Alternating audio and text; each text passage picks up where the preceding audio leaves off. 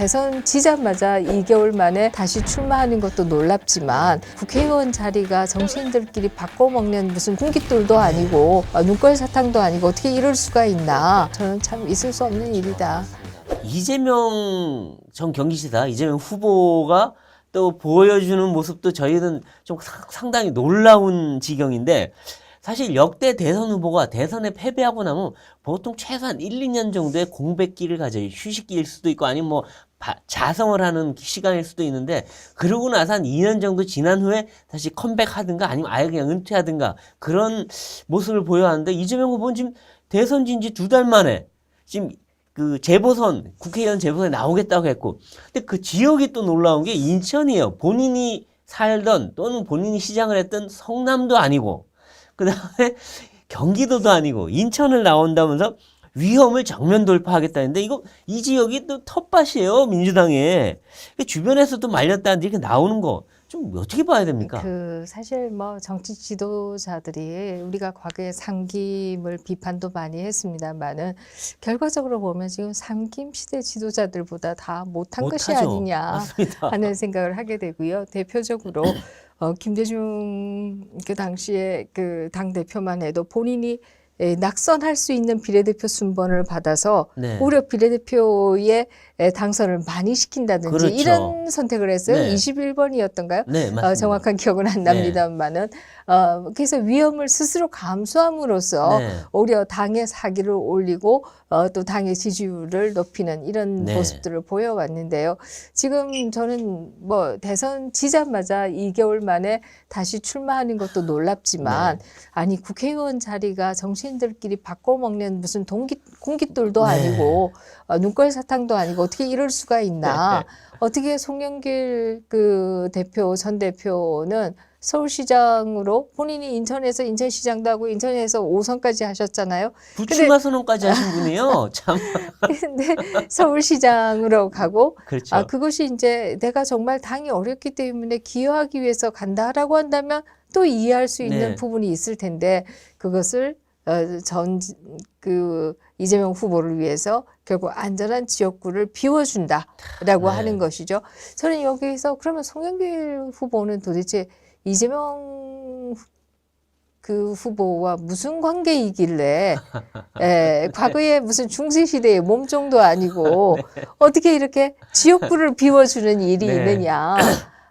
참 이해하기 그러니까요. 어렵다라는 뭐 생각을 짬짬이 아바타 하죠. 같은데, 근데 또 이재명 후보가 그제 한 얘기를 보면 이것도 좀 웃긴데, 자신에 대한 지금 대장동 의혹이 있는 와중에 이 윤석열 대통령이나 국힘을 향해서 온몸에 오물이 덕지덕지 붙은 사람들이라고 얘기를 하고, 자기는 먼지 조금 묻었다고 이렇게 얘기하는데, 아니 지금 대장동이나 성남FC나 뭐 또 재판거래 의혹이나 버카는 지금 사실상 불법행위가 드러난 거예요.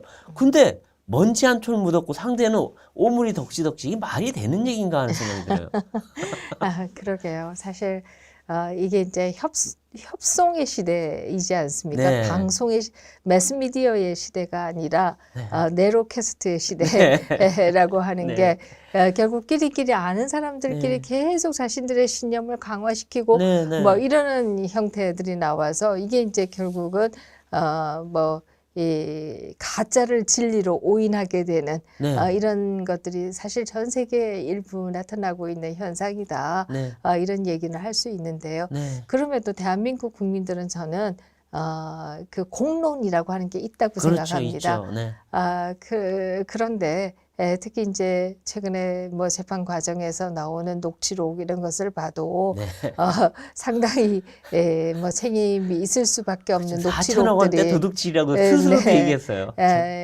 뭐 계속해서 나오고 있고요. 네. 더더욱이나 그런 대장동이나 이런 것까지 거창하게 가지 않는다라고 해도 국고손실죄라고 하는 게 굉장히 그렇죠. 엄중한 범죄이지 않습니까? 근데 이 국고손실이 5억 5천만 원이에요. 네. 근데 이 5억 5천만 원으로 경찰이 영장을 쳤습니다. 네. 근데 이 5억 5천만 원에는 샌드위치를 뭐 부인이 다 먹은 게 아니라 그 배소연 씨나 이런 거에 대한 네. 임금이 들어가 있어요. 네, 네. 그러면 그거는 누가 임명했느냐? 지사가 네. 임명한 겁니다. 네, 네. 결국 본인이 국고 손실을 가지고 온 것이고 네. 뿐만 아니라 기생충 배소연 씨가 기생충이 있는 것 같다 이런 얘기를 했는데 옆집에 결국 그렇죠. 뭐 비밀 아지트인지 비밀 선거사무소인지 뭔지 알 수 글쎄요. 없지만 경기도에 합숙소가 있었죠. 네. 네. 참. 그 합숙소가 GH의 평 직원들이 있었던 것은 아닌 것은 사실이고 그렇게 본다라고 하면 비밀 선거 캠프 아니냐 네. 이렇게 얘기할 수 있는 부분들도 아마 있을 수 있을 것 같은데요. 그렇죠. 어찌됐든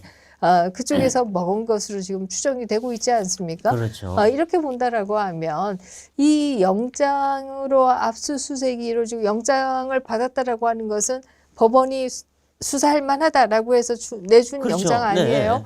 네. 이런 상황에서 국회의원을 출마한다라고 하는 것도 저는 참 있을 수 없는 그렇죠. 일이다. 맞습니다.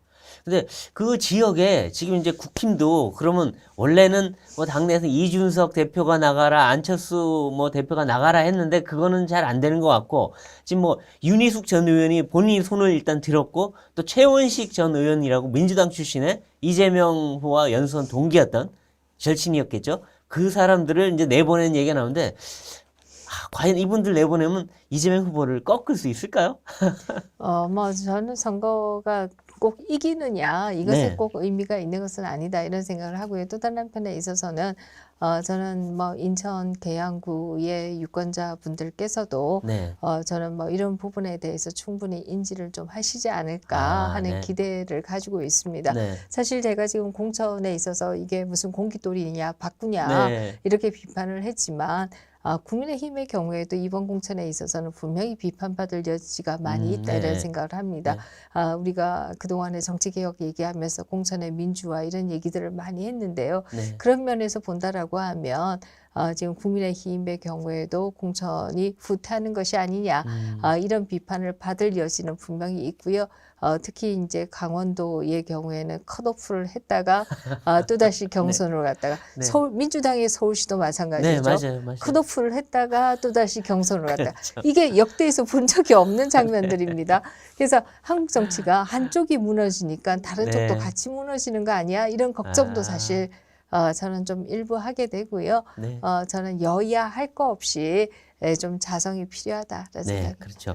그리고 이제 윤석열 정부가 출범하면서 지금 많은 분들이 이제 좀 관심을 갖고 있는 게 문재인 정부 때 드러났던 비리들, 그 다음에 이재명 후보와 관련해서 그동안 뭐 충분히 제기되고 또 확인까지 되는 범죄 문제들, 이걸 어떻게 처리해야 되느냐, 또 잘못하면 뭐 정치 보복이라 그럴 거고, 거기가 참 상당히 난제인데 윤 정부가 어떻게 해야 될까요, 문제는? 저는 죄가 있으면 뭐 그에 대해서는 수사를 하고 네. 그야말로 의혹이 있으면 수사를 하고 수사한 결과 죄가 있으면 저는 네. 처벌을 받는 것은 당연한 것이다. 네. 누구라고 해서 그 예외가 되어서는 안 된다 네. 이런 생각을 하게 되고요. 사실 우리가 정치 보복하지 말라라고 하는 네. 것은 기획 수사, 네. 네네. 그야말로 없는 것도 만들어서 마치 있는 것처럼 만들거나 네. 이런 거 하지 말란 얘기이지. 특히 이제 문재인 정부에 있어서는 우리가 각종 뭐 이 정권의 각종 의혹뿐만 아니라 각종 뭐 이 펀드 관련해서도 제대로 수사가 이루어지지 않았고 그렇죠. 이랬습니다. 특히 뭐 라이미니, 옵티머스니 옵티머스니. 이런 것들도 제대로 수사가 이루어지지 않고 오히려 정권 합수부가 해체되고 이런 일들이 그렇죠. 있었는데요. 저는 그 검사들이 알아서 시스템에 의해서 수사가 이루어지는 거 이것은 누구도 말할 그렇죠. 거리가 아니지 사실 않느냐. 막는 것도 문제예요, 사실은. 네, 그렇습니다. 뭐 김학의 전 차관의 불법 출근과 같이 미리 기획해서 영장에 안 나오는 것도 가짜로 가짜 영장까지 만들고 뭐 만들어서. 이렇게 해서 하는 것이 문제이고 네. 또 우리가 문재인 정부 때 생각해 보면 각 그 검찰에도 과거사위원회 뭐 각종 과거사위원회를 만들어서 과거에 이미 수사된 것들을 다 엎어가지고 네, 맞습니다. 거기서 문제가 없는지 찾아내서 또 하고 저는 이런 것은 아니다라고 그렇죠. 생각을 합니다. 네. 그러나 그 뭐 범죄의 혐의가 있는 것들에 대한 수사를 하지 말아야 된다. 이것은 저는 법치국가라고 하는 차원에서도 있을 수 없는 일이다 이런 생각을 하고요. 특히 저는 굉장히 기억나는 장면 중에 하나가 문재인 정부 초기에 박근혜 전 대통령에 대한 구속 기간 연장이 걸려 있는 문제가 있을 때 임종석 실장이었죠. 네. 아마 타이밍이 아마 그렇게 맞을 네. 겁니다. 뭐 캐비넷 내에 이런 문건이 있다라고 해서 맞습니다. 들고 캐비넷 나와서 맨날 들고 나와서 참 이거. 그래서 이런 것은 있을 수 없다. 네. 검찰이 청와대를 혹은 뭐 대통령실을 자료를 찾기 위해서 영장을 치면 거기에 대해서 협조를 해야 되지만 본인들이 찾아서 이렇게 가지고 온다든지 뭐 이런 그러니까요. 것은 다 이것도 네. 결국 상대에 대한 정치적 탄압을 위한 쇼로 보일 가능성이 매우 크다 이런 생각이 들고요. 이런 것들을 하지 말아야 된다라는 그렇죠. 생각을 합니다만은 그럼에도 뭐 검찰이 알아서 하는 것을 왜 막아야 되느냐라는 네, 맞습니다. 생각이 네. 들죠.